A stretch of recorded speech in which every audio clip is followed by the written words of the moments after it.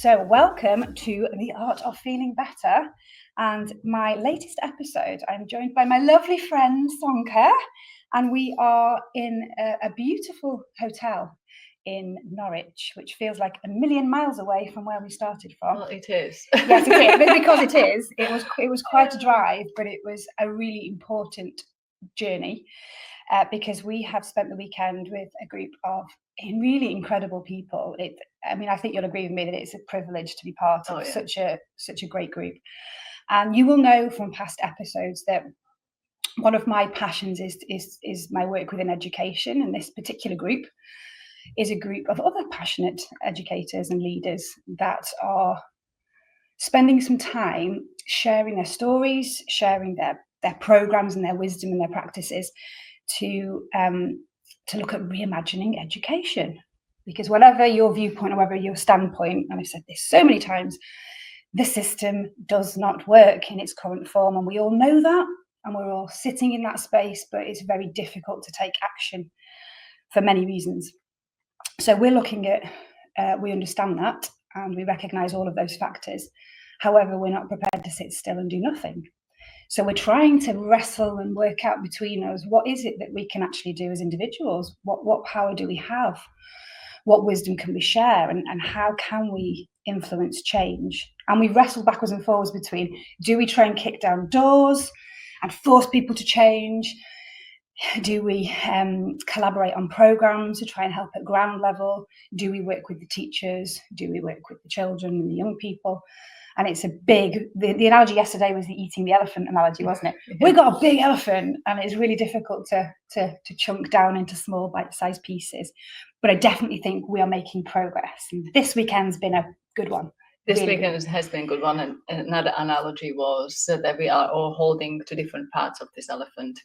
So coming together and sharing what we learned about the tail and ears and trunk and belly is so important, and that's where we brought it down to. We brought it down to ourselves to work together to support each other and create a ripple effect. So we are not kicking doors, we are not kicking anybody. Well, maybe not. Let's see how. Yeah, I'll see how that goes. See how we go.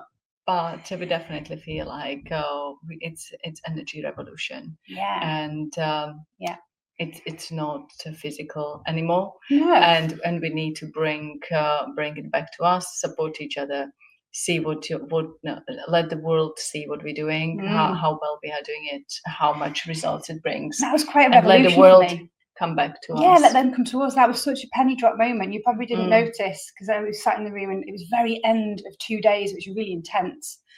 And you'll see from some of the stories that we shared, it was a really intense weekend. It wasn't until the last maybe hour when, for me, it was like, I realise we have to turn inwards and support ourselves and each other rather than the outwards. And until now, those who work with energy, I do work with energy quite a lot. And actually, that's what I do. But one of the things, but the main aspect of it, you could feel the energy in the room going like. You could, couldn't you? And everybody said, I feel peaceful. From that kind of agitated, how are we going to do this? This is just way too big. You're right. How are we going to turn the massive ship? So if we are thinking of ourselves as little ships, if we can start turning ourselves, eventually we've got more power. And it's those ripples, isn't it? Turn it around.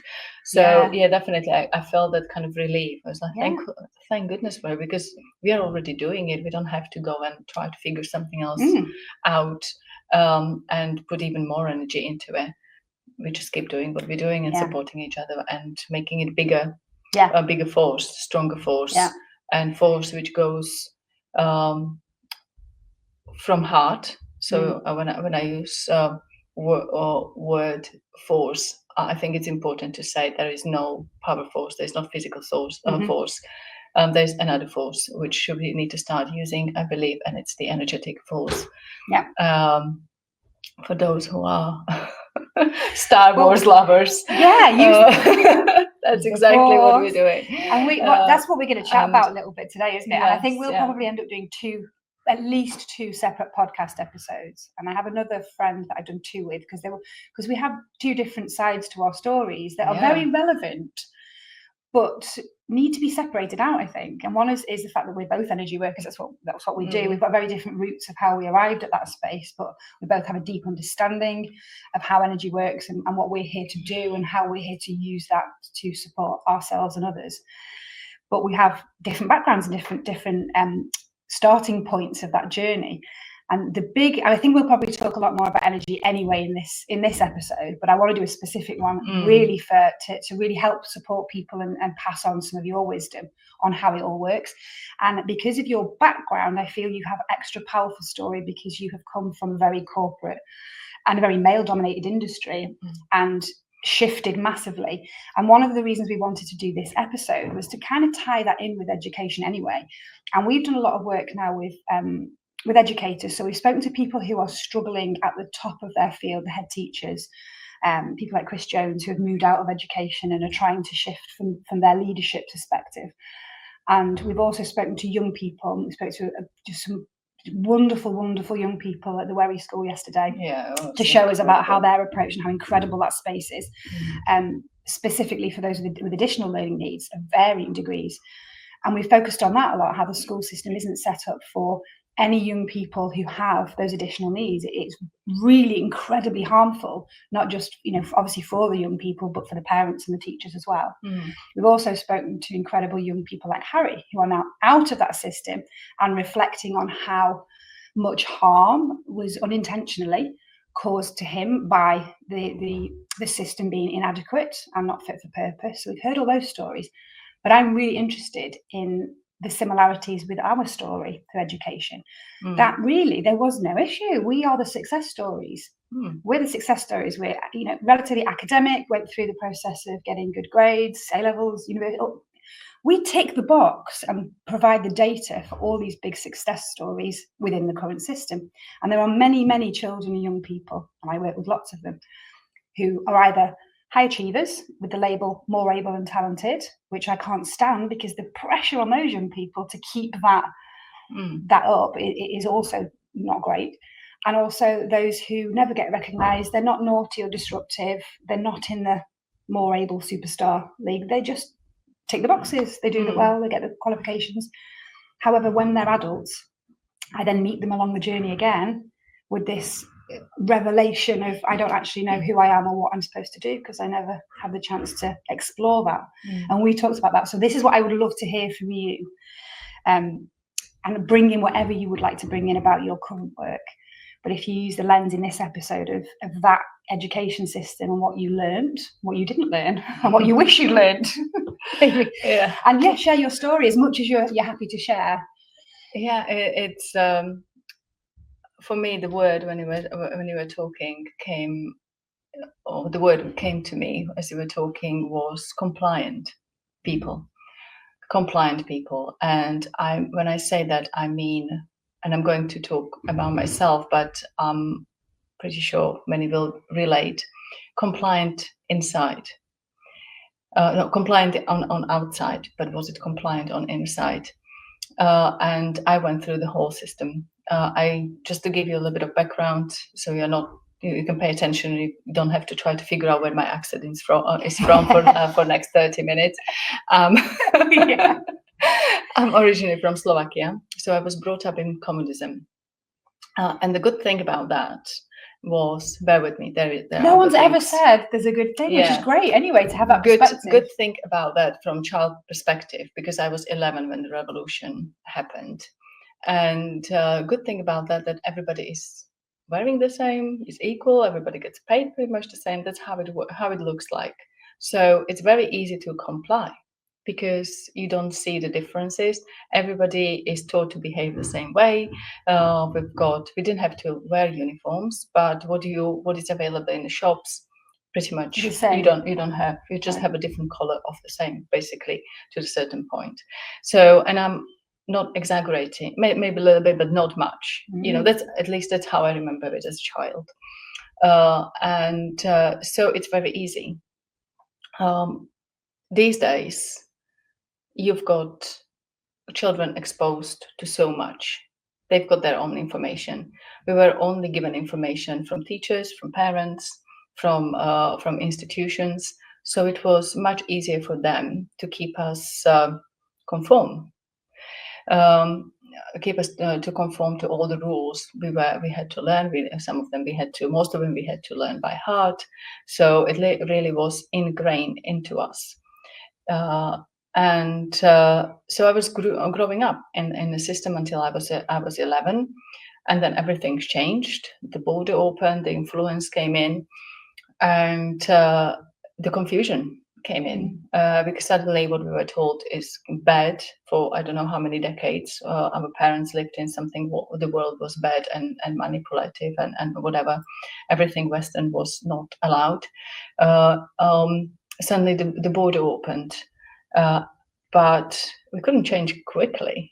Right, it was decades and decades of conforming, and I don't think it ever changed, to be honest. The confusion increased, the negativity increased in many ways, but the confusion didn't go away. And that makes sense, doesn't it? From it a brain absolutely makes perspective, sense because there's the generations and generations of people it's a belief conforming system, and living in a certain type of environment. So the environment changed, but I don't think we changing enough. And the reason for it, because the influence changed, but not the other influence is still bringing different rules, conforming to different rules. But none of that change is actually bringing us to who we are. So my rest of my education was obviously in very open world. I've finished college. I went to university. I've got masters in mechanical engineering. So I got straight after uni. I left country. I came to the UK. Went through I didn't speak the language. I wasn't particularly good at learning language sitting down. I learned by speaking.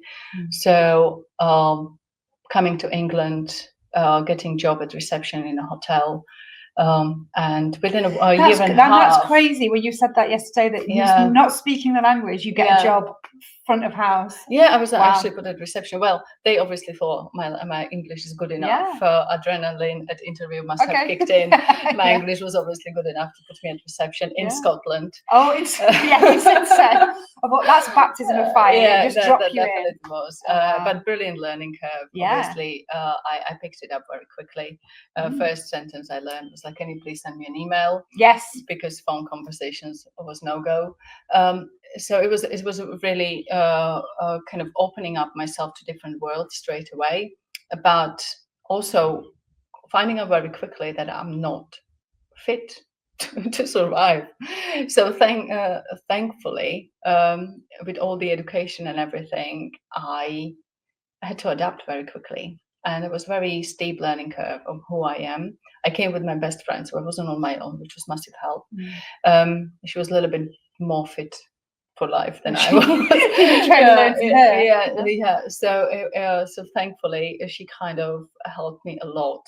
But that was first realization that actually I went through the system and I have no idea how to live.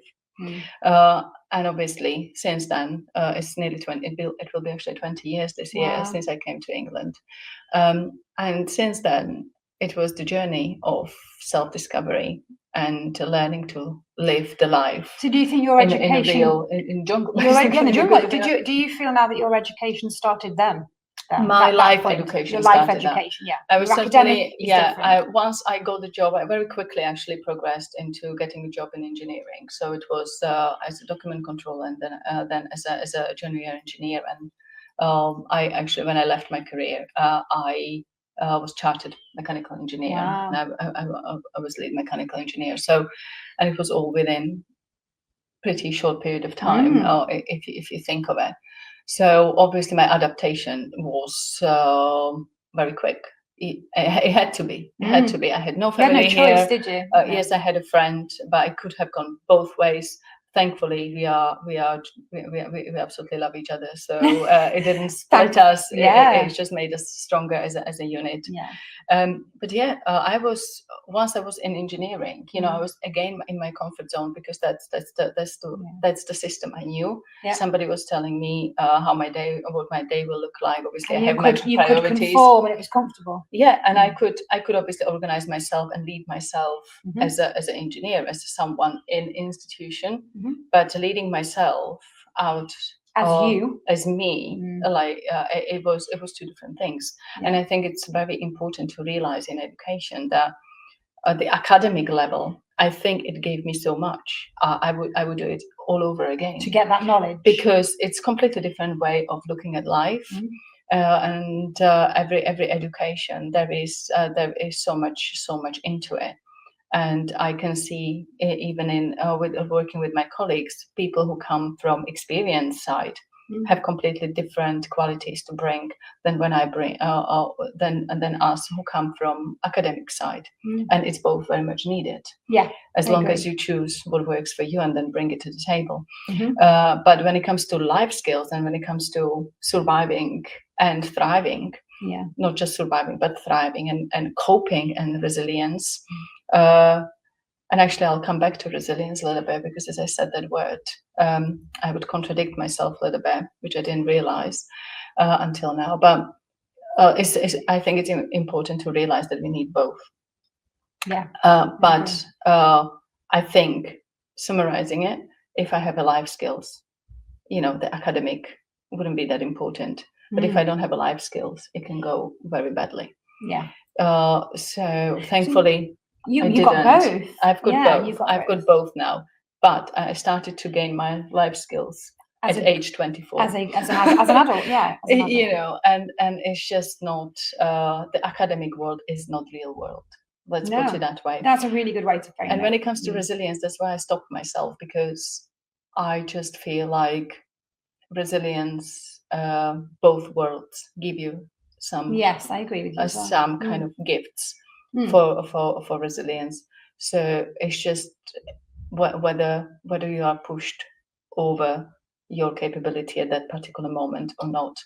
So resilience is if it makes us more resourceful. That's what resilience is for me. Growth. And if I'm pushed beyond my safety, it's just it's that window of tolerance, isn't it? And it brings me to my work in trying to help the adults to change. It's the adults, we know this, we've had this conversation, and that's where we landed as a group.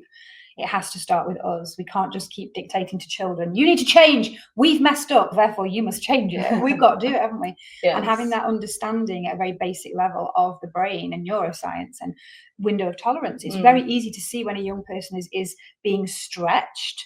And we have to, as we said it over breakfast, we have to move out of our comfort zones. That's peak performance. That's how we grow, expand, evolve, grow, and we can only do that outside of our comfort zones. However, that window of tolerance, if we understand how that operates for each individual, and we can recognize the signs when somebody is being pushed a little too far, then you have that support to bring them back from there, to say, right, okay, you need to operate in this zone. And there are zones, but the adults don't know this, parents don't know this, teachers don't know this. We don't know how to regulate ourselves, our zones. We've not been taught that because like I was growing up in fairly safe world, you may say. So for me, it wasn't the danger that we had certain countries around, kind of dictating, because as a child, you don't. It is actually safe as long as you behave. It's safe. And that's another aspect of it, isn't it? As long as you behave, it's safe. And that's conformity in itself. And that goes not just through governments ruling the countries like communism we had, but it mirrors in the system. And I think that's the whole system of education. As long as you behave, it's safe. And I think that's underlining problem. Because if the behaviours that are expected are uncomfortable on an inside level, or feel harmful on an inside level, you have a conflict on what safety means, because you're being told do this and you'll be safe, but you don't feel safe doing those things, and nobody helps you to explore that or understand things like consequences. So I'm not a complete anarchist. I understand that discipline and attainment is important, but I understand the deeper mechanisms of that, and you have to create that level of psychological and emotional safety and understanding that no, we have to do things in a certain time, and these actions impact on other people. And when you have those conversations, a lot of young people go, oh, okay, fair enough. That's the behavior is misunderstood, I think, and we've heard lots of beautiful explanations about behavior and in a very school yesterday. But one thing which really stayed with me was when they said the behavior is way of communication. Yes. And I can definitely see that. I work with companies, I work with teams, and I in my corporate life, it's never the job, it's behavior of the people and how we perceive the behavior, and whether we own our behavior or whether we blame others for behavior, and sometimes even for our behavior. So bringing it back to ourselves, understanding our behavior, that's the start for me. So bringing, as you're saying, bringing it back in, bringing it home. Because when I started to understand my behavior, because I went through on my journey of actually who I am and learning to live, and kind of taking one opportunity or opportunities as they came. It wasn't necessarily something I focused on where I want to be in 10 years' time. It was never my way of living. But I took opportunities. But as I went from one job to another, there was always someone who was making me feel undervalued or like I'm not doing my job well. And I remember the moment when I realized actually, but I'm the common part of it. I'm common. I'm the me. Common particle. So I'm the one who is in all those situations. And I already started to kind of tap into self-development, self-mastery, and try to understand behavior. I was always fascinated by people's behavior, and I was always people watching and kind of trying to understand why people, and even predict sometimes situations. So it was always my passion. So I just took it, but I never thought of looking at myself.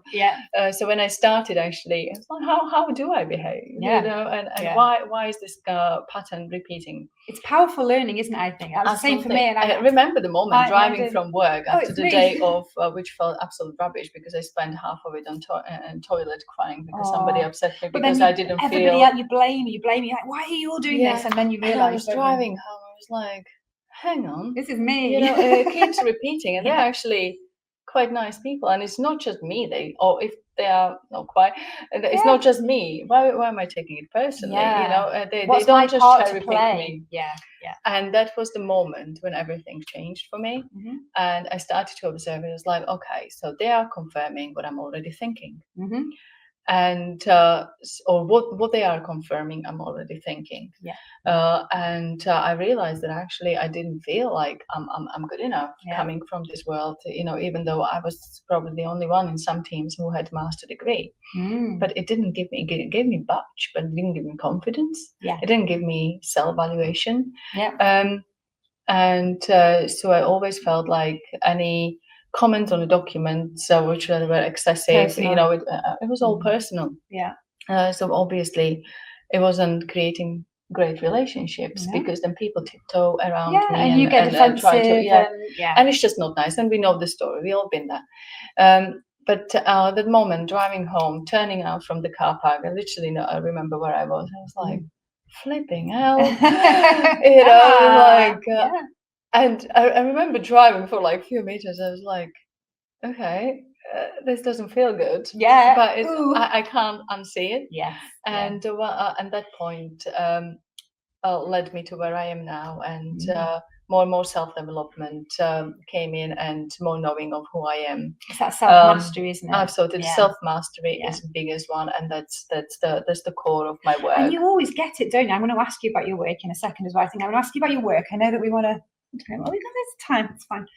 I'm going to ask you about your work, and I'm going to ask you about maybe you can do a little 5-minute reflection on yesterday as well, on this weekend. But I think for it, we've said this as well before together, that it is definitely an ongoing. You're never going to complete this piece of work. You always have to learn. And for me, it's other people, other great people that I feel safe with, yourself included, and other great coaches. Biber has done something for me and shifted as well, and lots of people that I'm connected with now. For me, it's when people can check your blind spots and point things out to you, and you can go, oh, I've done it again, it's me, without getting defensive. You did it this morning. I know this, and I've just done it again. There's some more work to do. There's another layer to peel back, and that's so important, so helpful for me. That's my sort of coaching circle. And if I can do that for other people and other people can do that for me, I think that's a really nice way of engaging with that sort of self-mastery. And in the past, it would be so easy to immediately, and you see it all the time in behaviours, to get defensive. You point something out, or someone points something out to you, and you go, but that's okay if we still do that, don't exactly, we? because you feel like you need to, but then you have to reflect and think. I was actually standing there and defensive, so obviously it triggered something in me, and that's the learning from behaviour, isn't it? Which is important. Yeah, and it's communicating an unmet need and learning that any behaviour, communicating some kind of unmet need, and then having the space to then, even if you do react badly, which that's fine, it's all okay, but what happens next? Are you able to drop down and reflect, think, why did that affect me so badly and so strongly? Where is it in my body? When did I first experience it?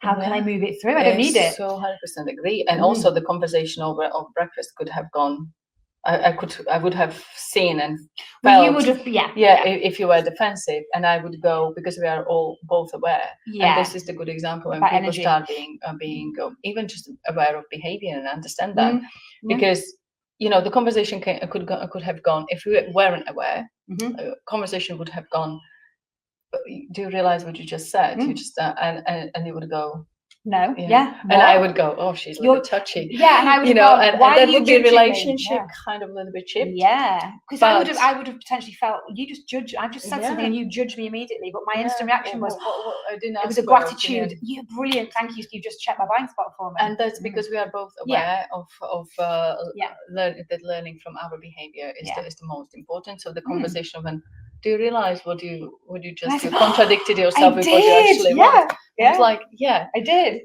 But even if you went, I was like, I would go, you feel this defensive. Why do you feel uncomfortable about that? That's okay. But you would know that. I was like, I do. And I love it. I love the way that works. So that's really good example. How do you know that there's more work? Because you get triggered. And for me, my whole life's work now, and that's why I'm grateful to be able to I'm always going to do it myself, because I don't ever want to reach the point where I stop doing the work and then just tell everybody else what to do. And you can't do that, can you? So I really want to keep doing that myself and keep digging deeper and peel back. And the moment you feel, this feels good, something. Well, you know that what's next then, and that's great, because that's evolution and growth, isn't it? But for me, it's moving into, and that's my body of work, is really that kind of shadow work space, helping people feel safe enough to move into the uncomfortable feeling, because that is where the healing takes place. If you move into that feeling and discover more about it and shine a light on it, which is why it's called shadow work, bring it out from the shadows where you've repressed it, to awareness, bring it out to awareness, and suss it out and think, why do I feel like that? Where is it in my body? What's it telling me? What's the learning? What's the wisdom? Do I still need it? And maybe yes, maybe I still need it. I feel like I still need to keep hold of it for now. Okay, I'm not ready to let it go. But for me, the majority of the time, because I'm actively seeking it out, I guess, I am ready to let it go. Yeah, great. I found another one. I can install that app. Don't need that anymore. But it takes a great level of self-awareness for us as practitioners, whatever you would call the word. But you also have a really great portal when people actually can take themselves on a journey. So we've got that space. Mojo school. So it's exactly what you're doing. So there's a space for opening up. But your work in particular, you have to be so self-aware, and you have to constantly work on your own self-mastery so that you can show up for your clients. It's a big thing. That's the only way to do it. And my clients trigger me. Well, and that's the point, isn't it? And that's okay. Obviously, I'm not gonna, because if I wasn't aware, I would take it's like, oh, you're rude, and you'd have no clients. You'd be like, why all my clients are all awful. But it's just, it's always learning both ways in communication, and that's why communication is so important, and that's what my work is here, to kind of simplify the relationships and amplify the communication, and that's the core. That's the core. So that, I mean, what a beautiful segue, because that's my next question, is literally just talk us through from your backstory and your history and your childhood that we've heard, and your completely different career in engineering. What are you doing now, and why is it important? Well, I work. Why is it important? So let's start with why is it important. there is so many forces in our external world which are making sure we are separated from each other and we are separated from ourselves. But let's look just at that being separated from each other. And one of the forces I believe became in the last few years is inclusion and diversity.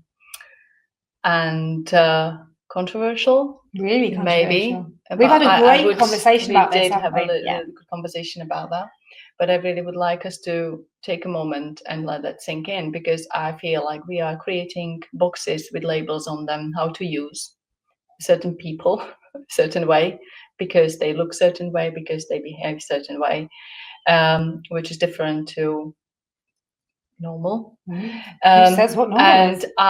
Being in the engineering world, being in corporate world, in the office space, dealing with different companies and countries, I can see that it actually creates a separation.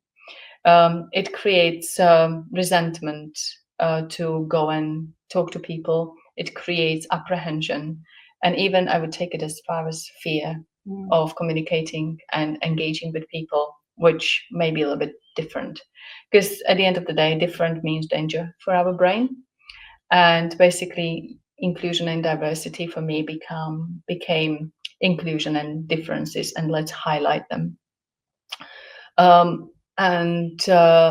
for me, simplifying those relationships and amplifying the communication is the way to work with companies, to work with businesses for sustainable growth. You need your people. You need your people, and you need good relationships. You need people you can depend on.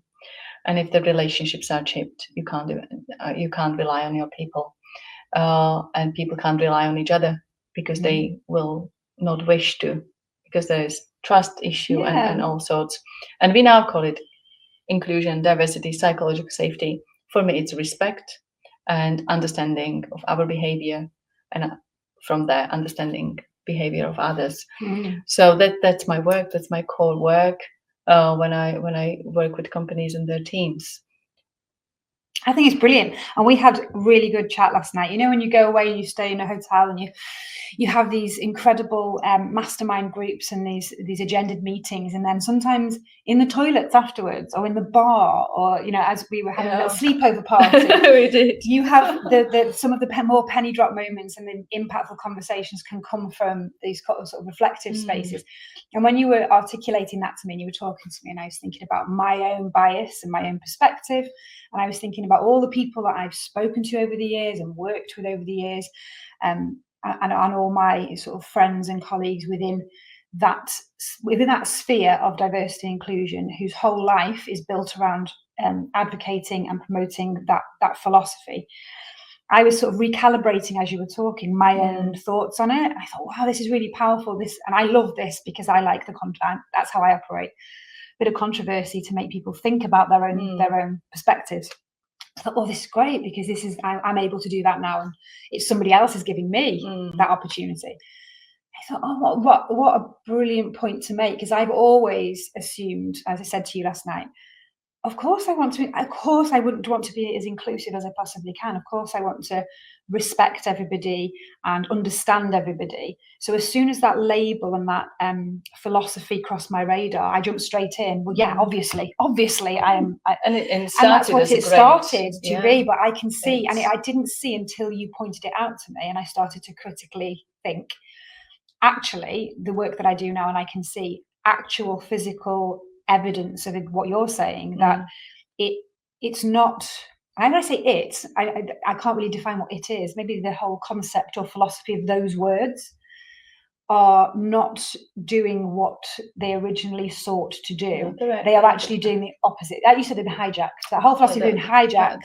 That's what it feels to me. Yeah. And I asked you the question, did it take you a while to come to that conclusion yourself? And you said no. As soon as it crossed your radar from your engineering brain of difference equals danger, you immediately saw that as being that. Well, I didn't until you mentioned it. I thought, oh, I'd not thought about that at all before. Yeah, and so so it took me a while to formalize it in my head into something, and definitely it took me a while to be brave enough to start talking it takes about courage that. to come because to, I seem to be the only one in the room who wasn't cheering up. I was like, you're just highlighting the differences between people, so how is this helpful anymore? But yes, I'm trying to I had really good chain of thought, and I forgot what I wanted to say about that. So I'll come back and I'll edit it back in. Yeah, that's fine. But yeah, at the end of the day, I don't think that's what I was leading to. That if you think about that if we understand each other, if we are really connected to ourselves, just like we have a challenging conversation, we don't agree on everything. And that's okay. It's fine. And absolutely. But if you think about that, if the inclusion and diversity and psychological safety even have to exist, it means there is something internally kind of disconnected with us being human. On certain level. So yes, on a human level, yes, the difference is danger. But if we perpetuate it and highlight it more and more and more, we are creating more fear. And I think that's what it is doing at the moment. So that's why it's important for me to create the spaces when people can understand themselves, accept who they are, and go and behave. Not behave. That's not a word, but be who they are. Go and show up in the world as themselves. As themselves, and without from fear. that, Without I accept this is who I am. This is what I'm good at. This is my work to do. Then obviously I can call on Jane or anyone else. Can you help me with this part? And but you have clarity of who you are, and you're not. And I think in terms of energy, those of you, I know a lot of my audience understand energy. For me, in terms of energy, we're not trying to constantly steal each other's energy or fight for energy, because we already know really laser focused who we are, and we also understand the other, but we understand the connection between as well. If I'm making sense, so it's just a nice relationship. I kind of. I've got the boxes for humans, so don't get me wrong. I've got human who are living a little bit more in 3D, and I've got human who live a little bit more for the 5D. So that's the only two boxes. The two boxes, yeah. But I know they are. There is a door between them, and it's just who finds the door when. Yeah, it's a really good way to. Actually, and so it's one big box. It's just in which part of that box you which part. So for people in a real life to actually see it, like if I understand myself, and if I know I'm aware of my insecurities, and I'm aware of my behavior, and I can check in on my behavior, I don't take things personally. So it means people can't offend me. And if somebody does touch me, I know it's my work to do. But it doesn't chip the relationships. I can articulate it because I've got enough of agency and autonomy from permission from the inside of me, because I'm confident enough in my being. I didn't like what you said, but I still love you. Exactly, absolutely. And it's just completely different. Because we suddenly have a choice. And it's another value in my work to bring choice back to people. Because if you don't know who you are exposed to external opinion, and then you're confused because you don't trust your inner guidance.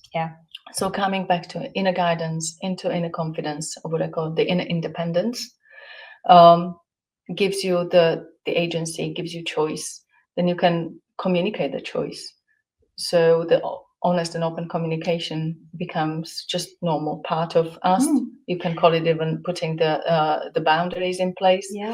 Suddenly you've got a choice, so you don't feel manipulated by others or in mercy of others' moods, opinions, and what's happening in the world around you, immediately around you, I mean. And then relationships can thrive and can grow and can expand. And if everybody is doing this work, and if everybody's understanding the basics of our human behavior, it just brings everything together, and it's a constant circle or it never stops. But if we understand that everybody is at some point of the circle and of this triangle of self-mastery, choice, and relationships, and learning from it all and communicating it and recalibrating, is a completely different way of communicating with each other, different level of relationships, and the world is safer. The world is safer. So when we feel safer, we are more open to connect and to be, and it's just ripple effect, and it just goes around. Again, it's the ripple again, isn't it? It's working on the self to ripple it out. And I think that bringing it back to human connections, what it means to be human and human to human communication, automatically takes away fear of other. And as you say, fear of other is what the biggest issue is at the moment, whether it's political divide, which football team you support, where you're from in the world, what your belief system is, who you decide to have a relationship with, why that's an issue, I have no idea. But all these divisions, I think, and I'm still recalibrating myself on this one, because I have a belief system that's so ingrained, but I really do feel drawn towards that exploration of actually, I understand the concept of creating awareness and understanding, and that's what I've bought into. We have to understand each other, and that means understanding our differences. So I bought into that concept of it's really important to share awareness and knowledge that other people are not the same as you, and they're not going to believe the same as you, and that's okay. So that's what I've been exploring. But actually, I can see how that very thing is just continually highlighting those things, and actually exploring what unites us, i.e. we are human beings, rather than what separates us, has got to be the key, because all those other things fall away then, don't they? So I'm recalibrating right now. For me, and it does need recalibrating across the world, because at the end of the day we are all different, and that's as simple as that. Each individual, So we wouldn't know, hi, I'm Sonia. Hi, I'm Jane. Who are you? Let's talk. And that let's talk part disappeared, became awkward, became fearful, became apprehensive, and resentment in a communication. It ignites the gap, makes the gap even wider and bigger. And it's like, for me, if I have an analogy to use, it's like you feel embarrassed and you say something and you leave the room in front of people. How hard it is to come back. It's but really if you good. stay there, stay in the room and work through it, it's just kind of it's easier. It's much easier than coming back into the room, because you've got eyes on you. And I think and that feeling when you're coming back into the room because you have to, I think that's the exact feeling I feel between people and communication. And we need to bring the communication back. We need to bring because without communication there are assumptions. And based on assumptions are based on our story. But it's got nothing to do with the story of the person. So if we don't communicate, we assume. And as an engineer, you never assume. You can't. You never assume. So for me, that's why the communication part and relationship part is important, to bring world back together. I love that on human level. And again, you just bring it into this beautiful segue into my next question, because we're going to wrap it up shortly, and we're going to do we'll definitely have many more conversations, and I'd love to dive more into our energy centers and how it works, and being a woman, and lots of different topics that I'd love to cover with you. And well, if you're ready to go down the rabbit hole deeper, that's what we'll do. We're just easing you in gently. It can be overnight. It might take some time. We'll have to go on another weekend just for that. But for now, every single person that I've spoken to on this podcast, and it's called The Art of Feeling Better for a reason. I have a book with the same title. We have a playlist with the same title, just because that, for me, that's what the essence of what I'm here to do, is just support people in trying to find out how they can feel better in its very simplest form. So I've been asking everybody to share 3 different things, and the first one is quite a big one. We've already really answered that, but just in a few words, what do we need to do to change the world? Start from ourselves. It's as simple as that, isn't it? It's literally self-mastery. And that's the weekend's knowledge for me. That's what we've worked through this weekend. Self-mastery. Start with yourself. It's so true, isn't it? So second question, is there one thing or one tool or one resource that you use personally to help yourself feel better if you're escalated or feeling triggered or being sad or anxious? Because we're building a collective toolkit for anybody who's watching this podcast of things that might help them feel better in the moment. So from the big to the very small, what is one thing that somebody could do every day to help themselves feel a little bit better? Oh, so many thoughts in my head. So I'm just choosing the right word for which one will let me feel into this one. I think what makes us feel bad is guilt, shame, and these kind of feelings. So for me, I think the one thing is just to lean into whatever insecurity or feeling is coming in, because what we resist persists. Yes. And it's not from my head. I heard it ages ago, and I keep coming back to it. Yeah. And we are taught to go down the rabbit hole. Why I'm feeling this and why I'm feeling that. But just accepting the moment that, okay, I'm feeling this. I don't have to figure out why, and that's okay. Don't close. Don't close into it. Don't try to push it away. Don't try to shame it. Don't try to. Quite opposite. I love you. Yes. I love this feeling. Thank you very much. Thank you. I don't understand you quite yet. Maybe it's not the right time for me to sit down with you, but I accept you. I see you. I feel you. And you will be surprised how much weight really you lift from it. And that's my go-to, and I've got the goosebumps as I'm saying it. It's brilliant. And that changed my life. Same for me, actually. Yeah. Not going down the rabbit hole and reliving it. Because one thing I don't do with my clients is relive the past. Yeah. Moving into it, acceptance and gratitude. Lean into that. And another one that I'll steal from Carly, if you're watching, I got this from you. You may have coined it, or you may have got it from somewhere else. If you can feel it, you can heal it. So it is that as soon as you feel something comfortable, don't run away from it. Just move into it gently with acceptance, with gratitude. And like you say, if you don't understand it, don't overthink it. Just be with it. Just sit with it. Just awareness is more powerful when we give it a credit. Just sit with it. Beautiful advice. Finally, my last question: do you have a favourite song, a favourite piece of music? I know I didn't prepare you for this, but it's good. Just any. I mean, we can add as many as you like, so don't feel pressured to pick any. But just I send you my playlist. Send the whole playlist, but just something that if you're having a really bad day. We were dancing in reception last night. It was definitely ABBA.